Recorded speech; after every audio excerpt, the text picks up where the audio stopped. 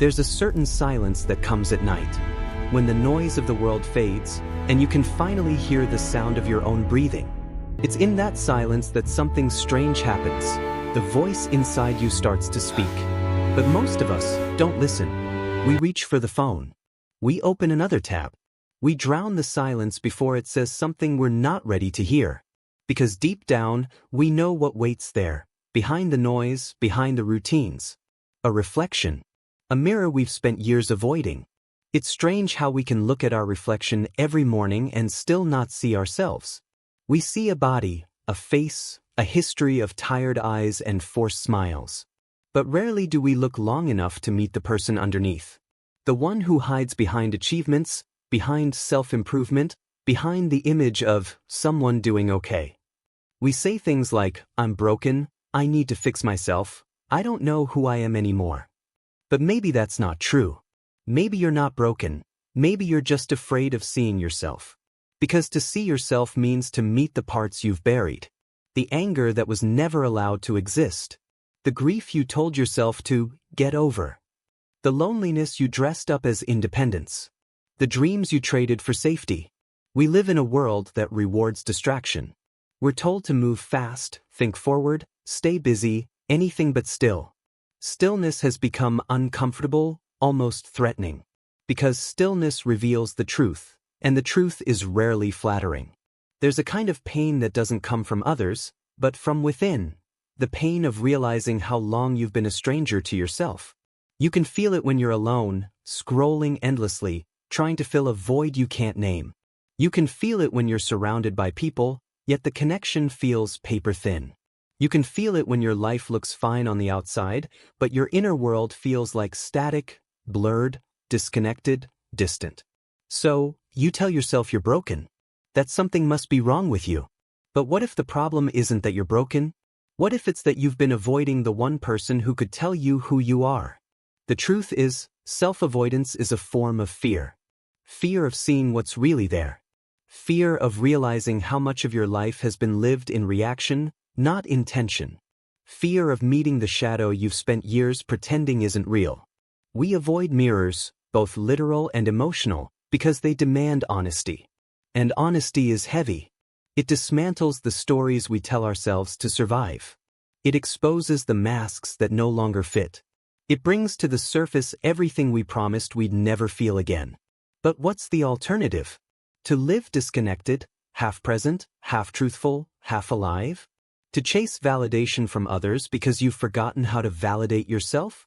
To search for meaning in everything outside you while ignoring the universe unfolding within you? At some point, the pretending becomes exhausting. You can only hide from your reflection for so long before it begins to whisper through the cracks. In your restlessness, your overthinking, your sudden bursts of emotion. The truth doesn't disappear when ignored. It just waits patiently beneath the surface, asking, "When will you look at me?" Seeing yourself doesn't mean you'll like everything you find. You'll uncover memories you'd rather forget. You'll face the things you blamed on others and realize they were also your choices. You'll feel the weight of all the potential you never allowed yourself to live.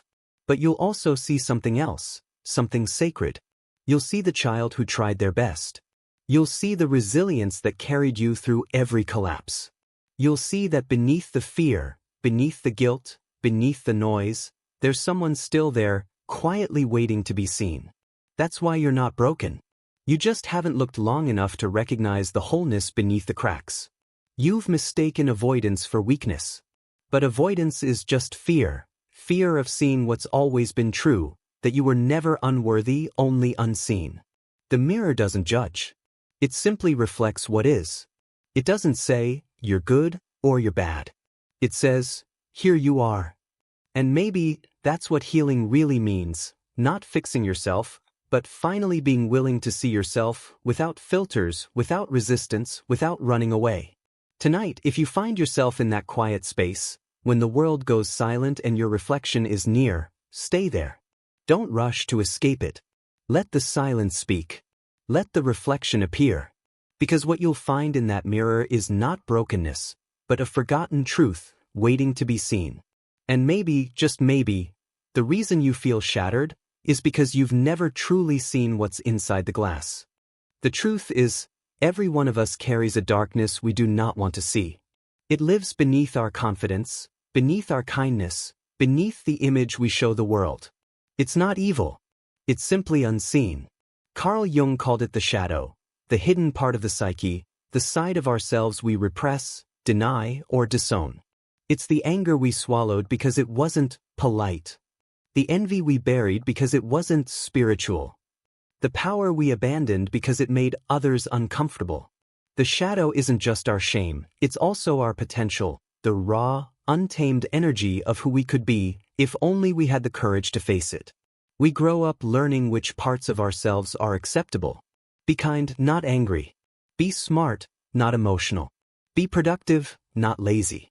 And slowly, piece by piece, we exile the rest.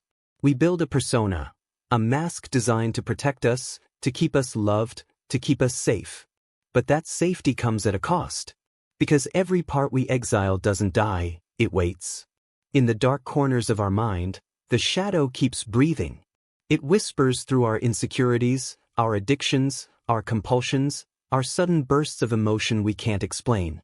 Every unacknowledged part of us finds a way to live, indirectly, through projection.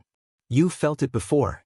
When someone irritates you for no clear reason, it's often your shadow wearing their face. When you judge another person harshly, it's often the reflection of something within yourself you haven't accepted. The shadow speaks through mirrors, through symbols, through patterns that keep repeating until you finally turn toward them and say, "I see you."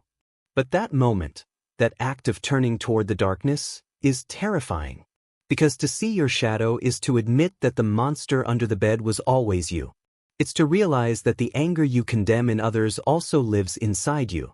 It's to face the fact that you are capable of both beauty and destruction, love and cruelty, creation and chaos. Nietzsche once wrote, "Whoever fights monsters should see to it that in the process he does not become a monster." But what he really meant was this: when we deny the monster within, we project it outward. We make the world our battlefield instead of facing the war inside. That's why societies fracture, why relationships implode, why people chase perfection, because they cannot bear to admit their own imperfection. We try to be light without acknowledging the darkness that defines it. But light without shadow isn't illumination, it's blindness. The truth is, facing the shadow doesn't make you evil, it makes you whole. It doesn't mean indulging in every impulse or emotion, but understanding their roots. Your rage might not be cruelty, it might be a cry for justice. Your envy might not be sin, it might be unacknowledged desire, showing you what you truly want. Your laziness might not be failure, it might be exhaustion from living a life that doesn't belong to you. To make the unconscious conscious, as Jung said, is the essence of transformation. Because when you bring light to what's hidden, you reclaim your power. You stop being a puppet of unseen forces and start becoming the author of your own story. But the modern world doesn't teach us how to do this. It teaches us how to escape. We've built an entire culture designed to keep the shadow buried. Entertainment to distract, substances to numb, technology to fill the void. We confuse stimulation with aliveness. We confuse productivity with purpose. And so, the shadow festers beneath the surface, whispering louder, waiting to be seen. Alan Watts once said, "The more we try to control life, the less we live it." And that's what happens when we try to control our inner world. We cut off half of ourselves. We become mechanical, anxious, detached from the mystery that once made us human. We strive to become better, not realizing that the act of striving itself is the very thing that keeps us from wholeness. Because what you resist persists, and what you run from follows. When you finally stop running, you'll notice something. The shadow you feared isn't trying to destroy you. It's trying to reunite with you. It's the unloved child of your psyche, knocking at the door, saying, "Please stop pretending I don't exist." Viktor Frankl taught that we cannot avoid suffering, but we can find meaning in it. And the same is true for our inner darkness. We can't erase it, but we can learn from it. Suffering is not a punishment, it's a passage. It's how the self awakens from the illusion of separation. To face the shadow is to say, "I am all of it." the saint and the sinner, the giver and the taker, the calm and the chaos. Only when you hold both sides in your hands can you begin to live authentically, not as a curated image, but as a whole human being. But this journey is not intellectual, it's visceral. It's the tremor in your hands when you admit a truth you've hidden for years. It's the tears that come when you realize your anger was really grief. It's the peace that follows when you stop judging the parts of you that simply wanted to be loved. The shadow doesn't disappear after you face it. It becomes integrated, like night blending into dawn. And in that merging, something miraculous happens. The parts that once scared you become your greatest teachers. Your anger becomes passion. Your pain becomes empathy. Your fear becomes wisdom. That's what it means to see yourself. Not through filters or affirmations, but through raw, honest confrontation with your own depths. To stand in the storm of your contradictions and say, yes, this too is me. Because self-knowledge isn't about feeling good, it's about being real. And being real means embracing the paradox of your own humanity. You are not the mask you wear, nor the monster you fear. You are the space that holds both, the witness behind the chaos, the awareness that sees without judgment. And when you finally understand that, you stop fighting with yourself. You stop chasing perfection and start cultivating presence. You stop running from the dark and start walking with it, not as an enemy, but as a companion. The shadow is not your punishment. It's your invitation to become whole again. So the next time you feel anger, envy, fear, shame, pause. Don't reject it. Don't analyze it to death. Just see it. Breathe it. Listen to what it's trying to say.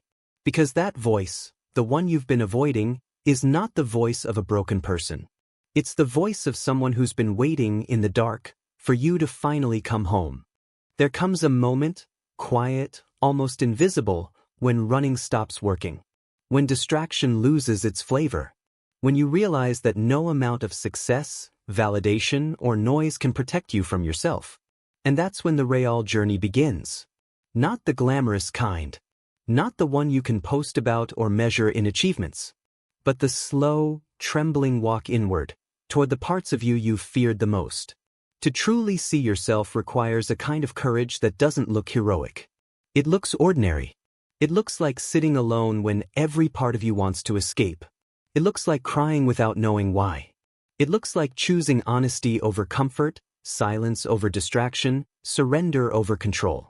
Because seeing yourself isn't a single moment of clarity, it's 1,000 small choices to stay present when it's easier to run. The human mind is a master at avoidance. We justify, we distract, we rationalize. We'll do anything to keep from feeling the rawness of our own truth. But every time we look away, the unseen grows stronger. And one day, the weight of what's been ignored becomes too heavy to carry. That's when the mirror calls again, softly, but persistently. It doesn't demand. It invites. And if you're brave enough to look, really look, you begin to notice something unexpected. You see not a monster, not a failure, not a broken soul, but a human being who has suffered, survived, and adapted in the only ways they knew how. You begin to realize that your patterns were not signs of weakness, but expressions of protection. Your anger shielded your vulnerability. Your numbness protected your sensitivity. Your control masked your fear of chaos. Everything you once hated about yourself was, in some way, a form of self-love, misguided, perhaps, but love nonetheless. And that realization changes everything. Because self-awareness without compassion becomes cruelty. But self-awareness with compassion becomes freedom. Carl Jung once said, "One does not become enlightened by imagining figures of light, but by making the darkness conscious." To make the darkness conscious, you must first enter it. You must allow yourself to feel what you've spent years avoiding. The grief, the rage, the shame, the longing. You must stop trying to heal it and start listening to it.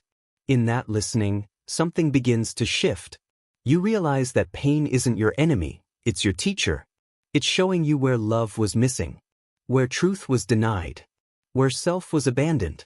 Every emotion, no matter how uncomfortable, carries information. Fear says, "There's something you don't yet understand." Anger says, "A boundary has been crossed." Sadness says, you've lost something meaningful. Shame says, there's a wound asking to be seen with gentleness. To see yourself is to decode these messages without judgment.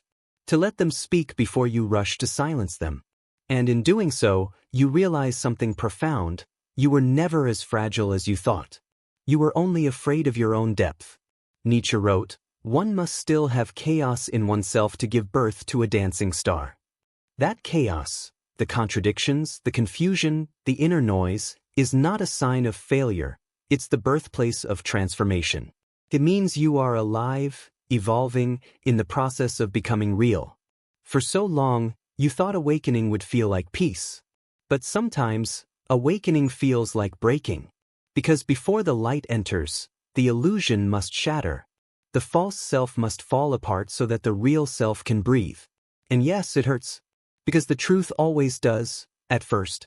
The truth doesn't arrive wrapped in comfort. It arrives in silence, stripping away everything that isn't real. But when you stop fighting it, when you surrender to what is, something sacred happens. The fear dissolves. The shame softens. The heart, once guarded, begins to open. In that openness, you meet yourself, not as an idea, not as a role, not as a story, but as presence. A quiet awareness that simply is. No need to justify. No need to perform. Just the still recognition. I am here. Alan Watts often said that enlightenment is the disappearance of the separate self. And in that sense, seeing yourself is an act of disappearance, not of death, but of illusion. The illusion that you are broken. The illusion that you must become something more. The illusion that your worth must be earned. When those illusions fade, what remains isn't perfection, it's peace.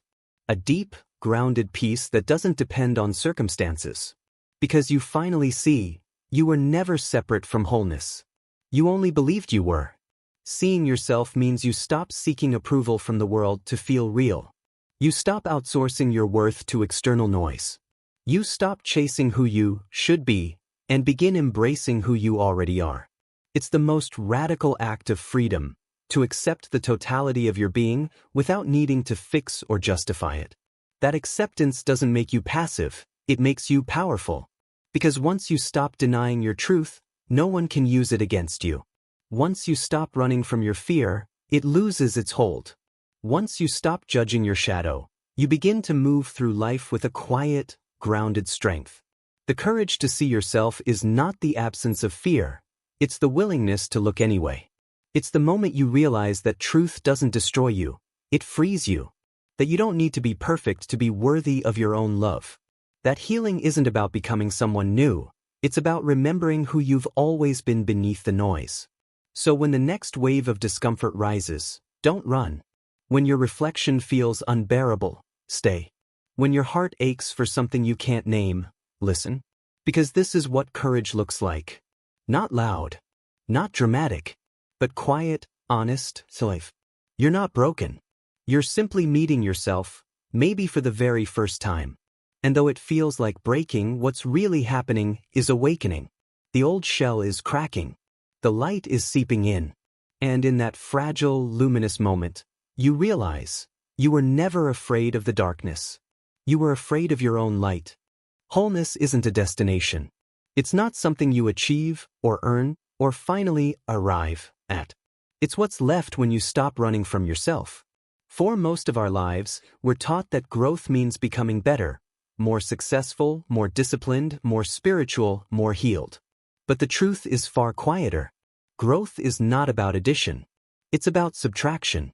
It's the gradual letting go of everything that isn't truly you, the masks, the defenses, the noise, until what remains is simple, clear, and real. You were never meant to be perfect. You were meant to be whole. And wholeness means contradiction. It means you can be confident and uncertain, kind and flawed, fragile and strong, all at once. It means you stop trying to resolve your complexity and start living it fully. For years, you've been at war with yourself, trying to defeat the parts that scared you, trying to control the emotions that felt too heavy. But the war ends when you realize there was never an enemy inside you. Only exiled fragments waiting to come home. To live as a whole person means to hold your inner opposites with grace. To say, yes, I can feel broken and still be beautiful. I can carry pain and still be pure. I can have fear and still move forward.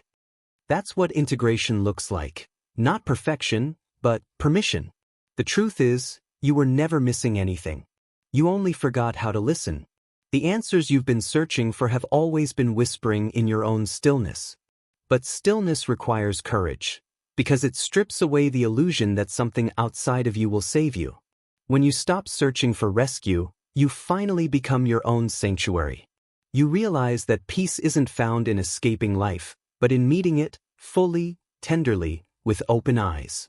It's in the small moments, watching sunlight move across your wall, hearing your own breath, feeling your heart beat softly in your chest. Life was never hiding from you. You were hiding from it. And now, as you begin to see yourself, not the version others wanted, not the image you built to survive, but the truth of your being, you start to sense something profound. You were never separate from the world around you. You are not a mind trapped in a body, or a person isolated from nature. You are an expression of the same intelligence that blooms flowers and moves tides. To see yourself clearly is to see the universe reflected back at you. Because you are part of it, and it is part of you. When you remember this, the need to be fixed disappears. You stop trying to become something, and you begin to be. You let life breathe through you instead of trying to control it.